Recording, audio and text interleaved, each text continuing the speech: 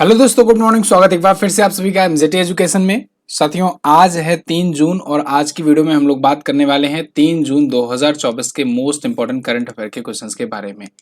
देखिए, जो भी परिवर्तन करना होता है, पता नहीं क्यों 3 ही तारीख को होता है। फिलहाल आज आपको कुछ नए अंदाज में, कुछ नए कलर में यहाँ पर सब चीजें देखने को मिलेंगी। आई होप आपको ये पसंद आएगी। 3 जून 2024 के करंट अफेयर को हम लोग देखेंगे बहुत ही अच्छे से, डिटेल में, शानदार तरीके से पढ़ाई करेंगे। वीडियो को पसंद आएगी तो लाइक करना, शेयर करना और चैनल पर नए आए हो तो सब्सक्राइब जरूर कर लो। चलिए, सबसे पहले बात करते हैं लास्ट डे के क्वेश्चंस के रिवीजन की। तो 1 मिनट में सबसे पहले हम लोग रोजाना की तरह रिवीजन करेंगे पिछले दिन का करंट अफेयर, फिर आज की तरफ बढ़ेंगे। तो इसके पहले हम लोगों ने पढ़ा था 31 मई को वर्ल्ड नो टोबैको डे मनाया गया और दक्षिण कोरिया ने अपनी पहली अंतरिक्ष एजेंसी शुरू की है जिसका नाम रखा है कासा। अमेरिका की नासा है, इसकी कासा। इसके अलावा भारत सरकार ने सेवानिवृत्त ग्रेच्युटी और मृत्यु ग्रेच्युटी की अधिकतम सीमा 20 लाख रुपए से बढ़ाकर 25 लाख कर दी है। विश्व पशु स्वास्थ्य संगठन का महानिदेशक इमैनुअल सोबरेन को बनाया गया है और ओमान के साथ भारतीय राष्ट्रीय अभिलेखागार ने ओमान में प्रवासी अभिलेखों का पहला विदेशी डिजिटलीकरण किया है। मुथूट पप्पाचन ग्रुप के ब्रांड एम्बेसडर शाहरुख खान होंगे। डोनाल्ड ट्रंप पर बहुत सारे अपराधों का दोषी पाया गया है, लेकिन ये चुनाव लड़ सकेंगे। अभी भी चुनाव पर इनके पर रोक नहीं लगी है। और अभी हाल ही में स्वीडन ने घोषणा की है कि वो यूक्रेन को ASC 890 विमान देंगे और ऐसे 2 विमान ये देंगे। इसके अलावा तालिबान को दोस्तों रूस ने आतंकवादियों की सूची से हटाने की घोषणा की है। हिंदी पत्रकारिता दिवस 30 मई को मनाया जाता है। ये टॉप 10 करंट अफेयर के क्वेश्चंस थे लास्ट डे के करंट अफेयर की वीडियो से, जिनका आपने किया रिवीजन।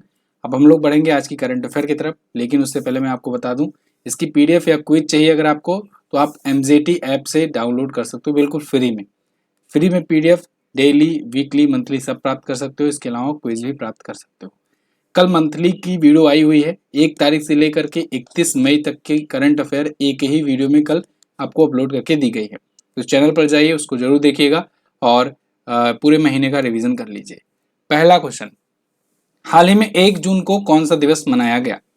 तो दोस्तों 1 जून को 2 महत्वपूर्ण दिवस मनाए गए। एक तो विश्व दुग्ध दिवस मनाया गया और एक वैश्विक अभिभावक दिवस मनाया गया। तो उपरोक्त तो दोनों आपका करेक्ट आंसर रहेगा। वर्ल्ड मिल्क डे यानी कि विश्व दुग्ध दिवस भी मनाया जाता है 1 जून को, ये सबसे इंपॉर्टेंट है। और ग्लोबल पेरेंट डे भी मनाया जाता है। एक एक करके जानेंगे। ग्लोबल डे ऑफ पेरेंट दोस्तों पेरेंटिंग के प्रति बढ़ावा देने के लिए, पेरेंटिंग कैसे बेस्ट तरीके से की जाए जिससे बच्चों का जो भविष्य है वो उसका मार्गदर्शन अच्छे तरीके से हो सके, उनकी पेरेंटिंग अच्छे से हो सके, इसके प्रति ये अवेयरनेस फैलाने के लिए 2012 में शुरू किया गया था।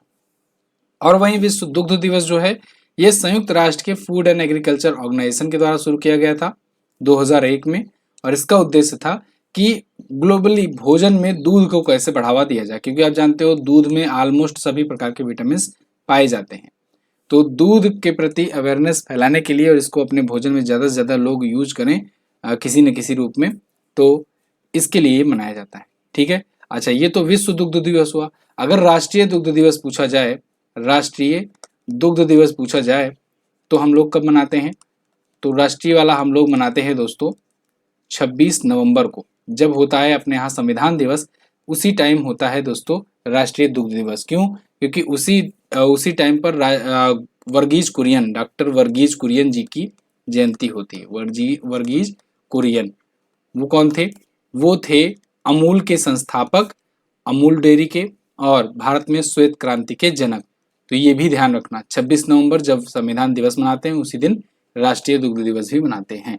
अगला, हाल ही में किस कंपनी ने दुनिया का पहला single piece 3D printed rocket launch किया? तो दोस्तों एक नया रिकॉर्ड बना है। अग्निकुल कॉस्मोस नाम की कंपनी है जो कि एक प्राइवेट स्पेस एजेंसी है भारत की। इसने दुनिया का पहला single piece 3D printed rocket launch किया है, यानी 3D प्रिंटिंग टेक्नोलॉजी से बना हुआ ये रॉकेट लॉन्च किए हैं, वो भी सिंगल पीस में। तो अग्निकुल कॉस्मोस पिछले 4 बार के प्रयासों, असफल प्रयासों के बाद 5वीं बार फाइनली सफल हुई और इसने अग्निबाण लॉन्च किया है। देखिए, अग्निकुल कॉस्मोस ये कंपनी का नाम है, अग्निबाण ये रॉकेट का नाम है जिस रॉकेट को लॉन्च किया गया है। 4 बार असफल प्रयास रहा, लेकिन 5वीं बार फाइनली ये सक्सेस रहा और ये रॉकेट लॉन्च किया गया है। हालांकि इसमें इसरो का भी क्रिटिकल रोल रहा है, इसरो ने भी काफ़ी मदद की है इसकी। इसरो जो है दोस्तों इसका मदद करना बनता भी है, क्योंकि आगे चल करके ये प्राइवेट प्लेयर इसरो की काफ़ी मिशन में हेल्प करने वाले हैं। तो अग्निकुल कॉस्मॉस ये भारत की प्राइवेट स्पेस एजेंसी है, ध्यान रखना। ऐसे ही स्काई रूट भी भारत की ही प्राइवेट स्पेस एजेंसी है। और अग्निकुल कॉस्मॉस ने वो कर दिखाया जो दुनिया में अभी तक किसी ने नहीं किया है। दुनिया का पहला 3D प्रिंटेड, वो भी सिंगल पीस में अंतरिक्ष रॉकेट इन्होंने लॉन्च किया हुआ है। अब 3D प्रिंटिंग टेक्नोलॉजी की बात आई है तो 3D प्रिंटिंग से आप 2-3 पॉइंट और याद रख लो। 3D प्रिंटेड मंदिर पहला कहाँ पर खोला गया तो आप बताओगे तेलंगाना में। और 3D प्रिंटेड मस्जिद कहाँ पर बनाया गया तो आप बताओगे सऊदी अरब में। और अगर 3D प्रिंटेड डाकघर पहला कहाँ खोला गया तो आप बताओगे कर्नाटका में। ठीक है जी, बहुत इंपॉर्टेंट है, ये तीनों ही याद रखना आप। अगला, हाल ही में किस देश का मुक्केबाजी संघ विश्व मुक्केबाजी का सदस्य बना? तो दोस्तों भारत का मुक्केबाजी महासंघ ये विश्व मुक्केबाजी महासंघ का बन गया है सदस्य। यहाँ पर आप आर्टिकल देख पाओगे, BFI जो है ज्वाइन किया है World Boxing but claim it also remain affiliated to IBA। कुछ जगह ऐसा क्लेम किया जा रहा है कि IBA से ये छोड़ चुके हैं, वहां से मतलब इनका रिश्ता नाता टूट गया है और ये वर्ल्ड बॉक्सिंग में ज्वाइन हो चुके हैं। लेकिन कुछ जगह कहा जा रहा है कि IBA एफिलिएटेड रहेंगे ये और वर्ल्ड बॉक्सिंग के साथ भी ये जा रहे हैं। एक्चुअल में वर्ल्ड बॉक्सिंग जो है ये इसकी स्थापना अभी पिछली साल ही की गई थी। तो बॉक्सिंग फेडरेशन ऑफ इंडिया जो है ये IBA से लिंक है कि नहीं, अभी इसमें तो चर्चाएं चल रही है, डिबेट का विषय है। लेकिन वर्ल्ड बॉक्सिंग के साथ भी जुड़ना चाह रही है, जिससे आगे आने वाले टाइम पर जो ओलंपिक जैसे इवेंट्स हैं उसमें भी आराम से भारत को पार्टिसिपेट करने में मदद मिल सके।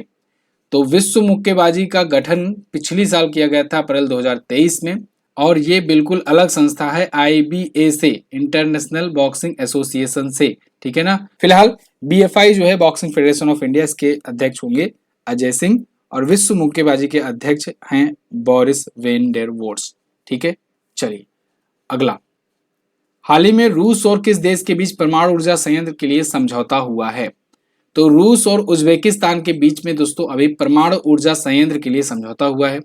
उज्बेकिस्तान में रूस की मदद से परमाणु ऊर्जा संयंत्र बनाए जाएंगे और अगर ये बनाया जाता है परमाणु ऊर्जा संयंत्र उज्बेकिस्तान में, तब ये समझ लो कि पहला ऐसा होगा मध्य एशिया का ऊर्जा संयंत्र जो बना रहा होगा रूस, और अपने परमाणु ऊर्जा सहयोग को फिर से यहाँ पर शुरू किया जाएगा एक प्रकार से। इसकी क्षमता की बात करें तो कुल 330 मेगावाट की इसकी क्षमता होगी जिजाक क्षेत्र में, जिसमें से 6 यूनिट बनाए जाएंगे, 6 छोटे छोटे रिएक्टर होंगे और उन 6 की 55-55 मेगावाट की क्षमता होगी, टोटल 330 मेगावाट की। ठीक है, तो उज्बेकिस्तान में बनाया जाएगा। अब आइए वर्ल्ड मैप में देखते हैं ये लोकेशन है कहाँ पर। तो वर्ल्ड मैप में आप देखोगे ये रहा अपना प्यारा भारत। यहां से आप ऊपर आओगे नॉर्थ में तो आपको ये बड़ा सा देश दिख जाएगा रसिया। उज्बेकिस्तान कहाँ पर है तो उज्बेकिस्तान देखो आप, रसिया को नीचे आओगे देखोगे कजाकिस्तान, कजाकिस्तान के जस्ट नीचे आपको मिल जाएगा एक कंट्री उज्बेकिस्तान। ठीक है ना। और उज्बेकिस्तान की ही कैपिटल है ताशकंद, यहाँ पर है इसकी कैपिटल ताशकंद। ताशकंद बहुत ही इंपॉर्टेंट जगह है, इसको ध्यान रखिएगा। ताशकंद में ही समझौता करने गए थे लाल बहादुर शास्त्री जी, जहां पर उनकी मृत्यु हो गई थी अचानक से। फिलहाल उज्बेकिस्तान में ये स्थापित करेगा न्यूक्लियर रिएक्टर, कौन? रसिया स्थापित करेगा। अगर इस सेक्टर में स्थापित करता है तो समझो ये बहुत बड़ा एक स्ट्रेटेजिक मूव होगा रसिया का। एक टाइम था जब दोस्तों ये जो मिडिल ईस्ट के बहुत सारे देश, उसके बाद इधर यूरोप के बहुत सारे देश जो हैं ये सब रसिया का पार्ट हुआ करते थे, तब सोवियत संघ कहा जाता था। लेकिन उसका विघटन हुआ 1991-92 में और उसके बाद 15-16 कंट्रीज में ये सब टूट गए। फिलहाल अगला क्वेश्चन है, हाल ही में बहुराष्ट्रीय अभ्यास रेड फ्लैग 2024 इसका आयोजन कहां पर किया गया? तो रेड फ्लैग 2024 ये एक मल्टीनेशनल एक्सरसाइज है, यानी कई सारे देश इसमें हिस्सा ले रहे हैं और ये अलास्का में अमेरिका में आयोजित हो रहा है। अब देखो अलास्का में ये आयोजित हो रहा है और ये एयर फोर्स का एक्सरसाइज है, यानी कि वायुसेना का एक्सरसाइज है। तो भारतीय वायुसेना भी इसमें गई हुई है। भारतीय वायुसेना अपनी राफेल ले गई है और C-17 ग्लोब मास्टर ले गई है। C-17 ग्लोब मास्टर वो होता है जिसमें हम लोग परिवहन का काम करते हैं, ऐसे बहुत भारी भरकम बहुत बड़ा सा जहाज होता है, आपने देखा भी होगा। तो इससे अमूमन परिवहन का काम किया जाता है, या फिर जब कोई रॉकेट ले जाना हो या फिर किसी व्यक्ति को ले जाना हो, बहुत सारी सेनाओं को ले जाना हो, तब इसका यूज करते हैं। तो भारतीय वायुसेना की तरफ से ये सब गए हुए हैं। इसके अलावा IL-7 78 air to air refueller गया हुआ है।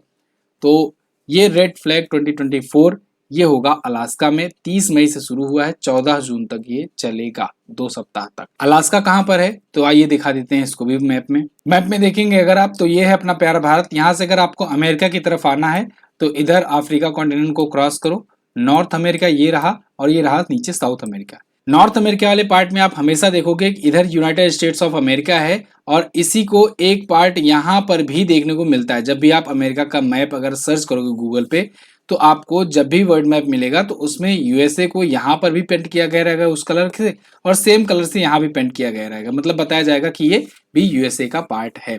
तो ये वाला जो यूएसए का पार्ट है ये है अलास्का, ठीक है ना। ध्यान रखिएगा यहाँ पर ये स्ट्रेट लाइन है, बॉर्डर है इसका कनाडा से, लेकिन ये अलास्का वाला रीजन है, ये भी अमेरिका का है। एक्चुअली में ये बहुत पहले तो रसिया का हुआ करता था, लेकिन रसिया से अमेरिका ने खरीद लिया था। तो ये वाला जो पार्ट है ये है अलास्का, और यहाँ पर बहुत सारे ऐसे काम करता है यूएसए, जैसे रिसर्च वगैरह का काम हो या एक्सरसाइज वगैरह हो, बहुत सारे यहाँ देखने को मिलते हैं। आप अक्सर देखते होंगे बहुत सारे एक्सरसाइजेस यहाँ पर करता है यूएसए, क्योंकि यहाँ पर पॉपुलेशन भी कम है और आराम से यहाँ पर हो पाता है, कोई प्रकार की टेस्टिंग हो या फिर एक्सरसाइज वगैरह हो, जनता भी पब्लिक भी इससे डिस्टर्ब नहीं होती है। यहाँ पर कुछ और एक्सरसाइजेज हैं, इनको हम लोग रिवाइज करेंगे। जैसे अभी अभ्यास तर्कस हुआ था, भारत और अमेरिका के बीच में हुआ था ये, और ये कोलकाता में आयोजित हुआ था। शक्ति जो है भारत फ्रांस के बीच में होता है, शक्ति, गरुड़, वरुड़, इसके अलावा फ्रिंजेक्स, ये सभी होता है भारत फ्रांस के बीच। तो शक्ति जो हुआ था ये उमरही मेघालय में हुआ था। गगन स्ट्राइक 2 भारतीय सेना और वायुसेना ने पंजाब में किया था। संयुक्त सुरक्षा अभ्यास भारत इजराइल के बीच में नई दिल्ली में हुआ। ऑपरेशन मेघदूत भारतीय सेना और वायुसेना ने लद्दाख में किया। दस्तलीग जो है भारत उज्बेकिस्तान के बीच हुआ, उज्बेकिस्तान में। दोस्ती 16 भारत मालदीव के बीच में हुआ, मालदीव में, और श्रीलंका भी इसमें शामिल था। ट्राइलेट भारत मोजाम्बिक तंजानिया के बीच हुआ, मोजाम्बिक और तंजानिया में आयोजित हुआ, ठीक है ना। तो ये सभी एक्सरसाइजेज हैं जो रिसेंट में हुए हैं पिछले 6 महीनों में। अच्छा दोस्तों, आप लोग के लिए ये जो कंटेंट लाया जाता है इसमें काफ़ी मेहनत रहती है हमारी। तो वीडियो को अगर आप लाइक कर दोगे और वीडियो को शेयर कर दोगे तो थोड़ा सा हमारे लिए मोटिवेशन का काम हो जाता है। आप वीडियो को लाइक और शेयर कर दिया करो और एक कमेंट छोड़ दिया करो। इसके अलावा जो लोग नए आए हो, जो लोग वीडियो रोजाना देखते हो, चैनल को सब्सक्राइब जरूर कर लो। बहुत सारे लोग ऐसे हैं जो वीडियो रोजाना देखते तो हैं लेकिन चैनल को सब्सक्राइब नहीं किए हुए हैं। तो उनसे रिक्वेस्ट है कि नीचे रेड कलर का बटन बना है उसको प्रेस कीजिए और सब्सक्राइब कर लीजिए चैनल को। सब्सक्राइब करने का कोई भी आपको चार्ज नहीं देना है, कोई भी पेमेंट नहीं करना है, उसका फ्री में है। तो आप सब्सक्राइब वाली बटन को जरूर दबाइए। आगे, हाल ही में स्कूली पाठ्यक्रमों में कृत्रिम बुद्धिमत्ता को शामिल करने वाला पहला राज्य कौन बना है? तो देखो, स्कूली सिलेबस में एआई को शामिल करने वाला पहला राज्य बन गया है केरल। कुछ महीनों पहले मैंने आपको बताया था कि भारत का पहला राज्य है केरल, जहां पर पहला एआई स्कूल खोला गया है। और अब एआई स्कूल नहीं, अब इन्होंने पाठ्यक्रम में भी एआई को शामिल कर लिया है।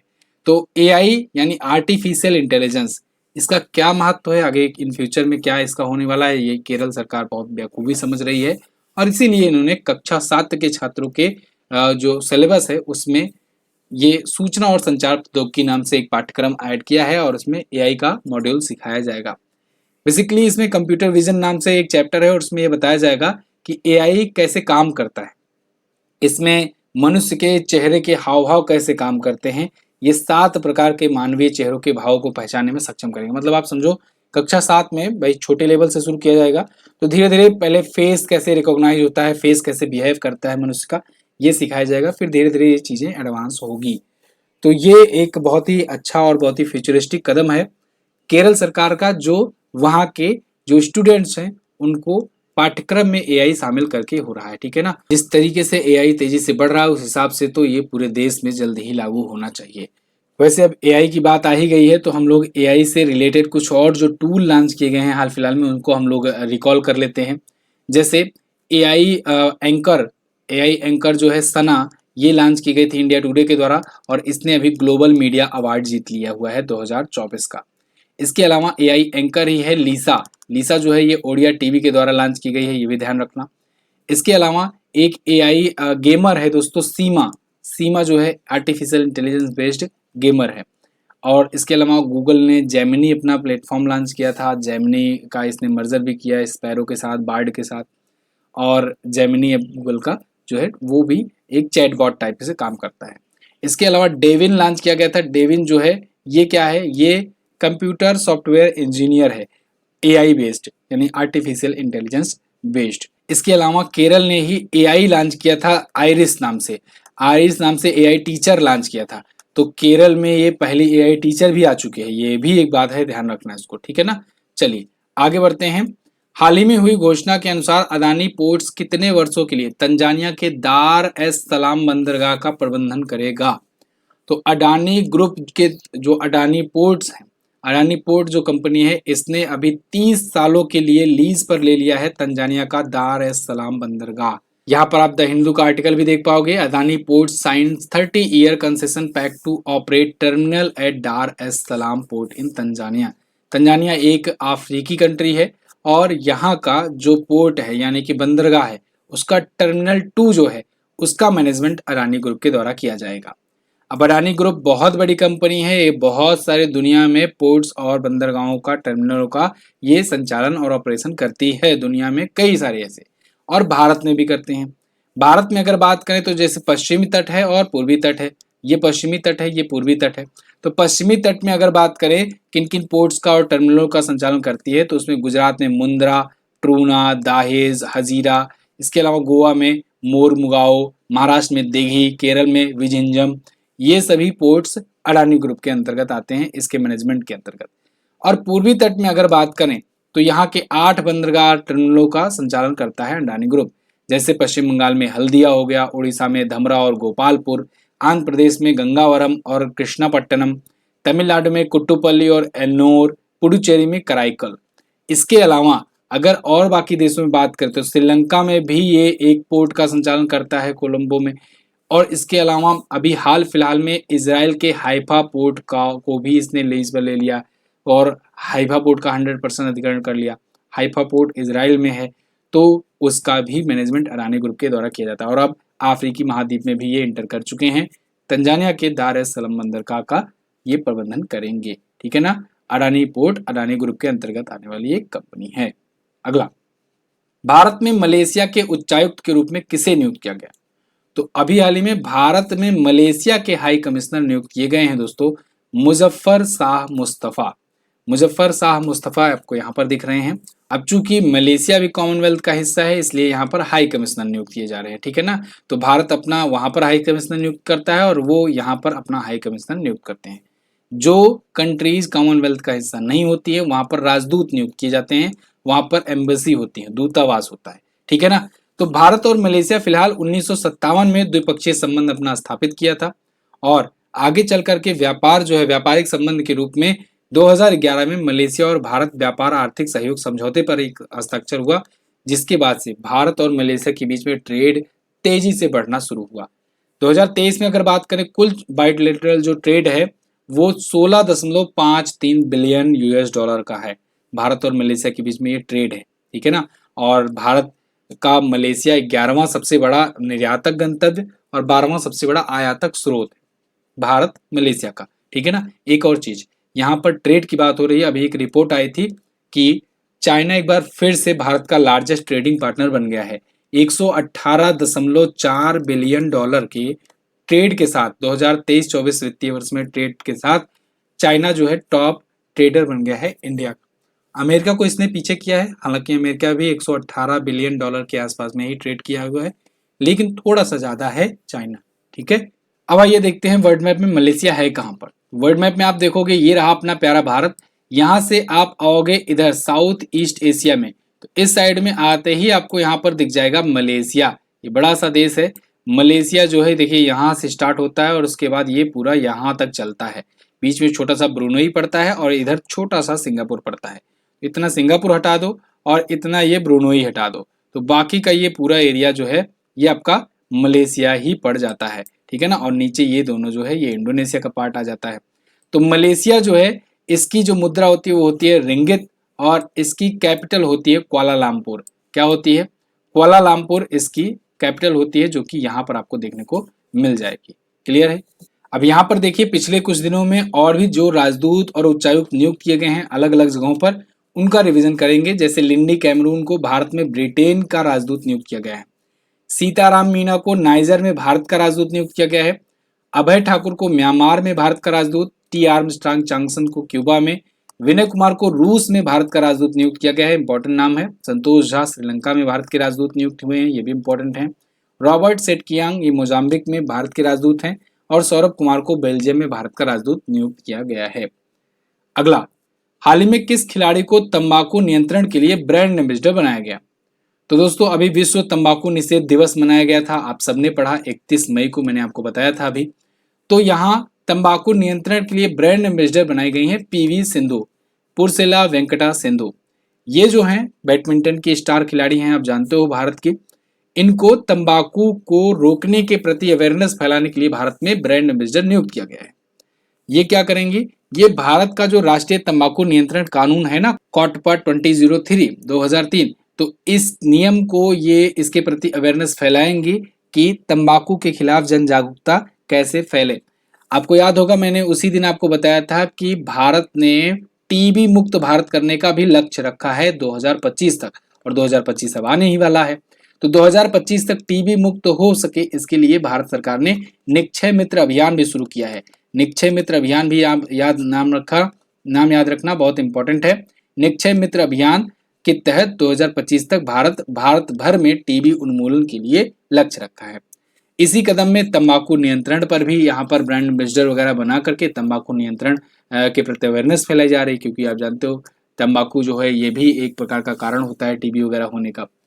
तो इस बार का थीम रखा गया है इसके लिए तंबाकू उद्योग हस्तक्षेप से बच्चों की सुरक्षा। ये तो विश्व तंबाकू निषेध दिवस की थीम थी। 31 मई को विश्व तंबाकू निषेध दिवस मनाया जाता है। ठीक है जी। आगे यहाँ पर कुछ और ब्रांड एम्बेसडर जो अभी हाल फिलहाल में नियुक्त हुए हैं, जैसे अभी मुथूट ग्रुप के शाहरुख खान नियुक्त किए गए हैं पीवी सिंधु तंबाकू नियंत्रण के लिए। गुरुग्राम प्रशासन ने यजुवेंद्र चहल को, यूनिसेफ इंडिया ने करीना कपूर खान को, एसबीआई ने एमएस धोनी को, और एवर रेड्डी ने नीरज चोपड़ा को अपना ब्रांड एम्बेसडर बनाया है। अगला, भारतीय अमेरिकी छात्र बृहत सोमा ने कितने शब्दों की वर्तनी सही बता करके स्क्रिप्स नेशनल स्पेलिंग बी का खिताब जीता है? तो स्क्रिप्स नेशनल स्पेलिंग बी का खिताब जो है 29 शब्दों का सही स्पेलिंग बता करके बृहत सोमा ने जीत लिया है। एक बार फिर से भारतीय मूल के अमेरिकी छात्र को यह अवार्ड मिला है, बृहत सोमा। ये आपको देख रहे हैं बृहत सोमा, ये बच्चों का एक इवेंट होता है, एक कंपटीशन होता है स्पेलिंग बी का खिताब स्क्रिप्स के द्वारा ये आयोजित किया जाता है प्रत्येक वर्ष। तो इस बार इन्होंने जीत लिया है, ठीक है ना। बृहत नाम का ये छोटा सा बच्चा है, इन्होंने 29 शब्दों की लगातार 90 सेकंड में सही स्पेलिंग बताई है। और लास्ट वाला जो इनका फाइनल जो शब्द था वो था एप्सिल। तो एप्सिल की भी फाइनल में इन्होंने सही स्पेलिंग बता करके ये खिताब जीत लिया। $50,000 की पुरस्कार राशि दी जाती है। ठीक है, तो कक्षा 7 के ये छात्र हैं और 12 वर्ष के हैं, बृहत सोम। क्लियर। चलिए, 2023 में ये 74वें स्थान पर रहे थे, 2022 में 163वें पर थे। तो आप समझ सकते हो कितना ज्यादा कंपटीशन यहाँ पर होता है। और ये थे टॉप 10 करंट अफेयर के क्वेश्चन आज के। आई होप आपको वीडियो पसंद आई होगी। अच्छा, साइंस की ये जो ई बुक है ये लोगों को बहुत पसंद आ रही है। अगर आपने अभी तक नहीं लिया है तो उसको ले डालो, क्योंकि अभी भी प्राइस मैंने सिर्फ 75 पर ही किया हुआ है। प्राइस आगे बढ़ सकता है। इस नंबर पर व्हाट्सएप कीजिए, क्यूआर कोड आपको भेजा जाएगा और उस क्यूआर कोड के माध्यम से आप इस ई बुक को अपना बना सकते हो। इसमें ऑब्जेक्टिव्स हैं, थ्योरी है, प्रीवियस ईयर के क्वेश्चंस हैं, एक्सप्लेनेशन के साथ with figures, biology, physics, chemistry सबके क्वेश्चंस हैं, साइंस के पूरा का पूरा, रेलवे स्पेशल। तो प्रीवियस ईयर में कैसे क्वेश्चन पूछे गए थे, कैसे पूछे जाते हैं, ये सब भी इसमें है। तो आप इस ई बुक्स के माध्यम से अच्छे तरीके से तैयार कर सकते हो अपने रेलवे के एग्जाम्स को, और एसएससी के भी। एसएससी में भी साइंस पूछा जाता है। तो अच्छा, एक चीज और इसमें जो हमें सबसे खास लगी वो लास्ट में वन लाइनर।